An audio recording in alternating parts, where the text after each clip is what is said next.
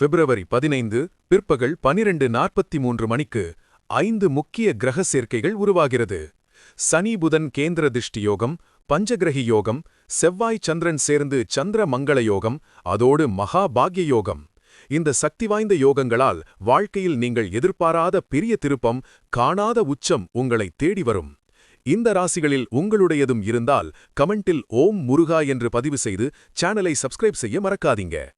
கடகராசிக்கு 4ஆம் வீடான சுகஸ்தானத்தில் செவ்வாய் உச்சம் பெறுவதால் வருமானம் உயரும். சொத்து சேர்க்கை, பொன்பொருள், ஆபரணங்கள் கிடைக்கும். உடன்பிறப்புகளுடன் இருந்த சொத்து தகராறு தீர்ந்து செல்வம் பெருகும். மிதுன ராசிக்கு 9ஆம் வீடான பாக்யஸ்தானத்தில் கிரக சஞ்சாரம் நடைபெறுவதால் அதிர்ஷ்டம் முழுமையாக ஆதரிக்கும்.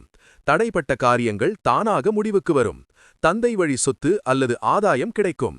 புதிய திறன்களை கற்றுக்கொள்வீர்கள். மனம் சந்தோஷமாக இருக்கும்.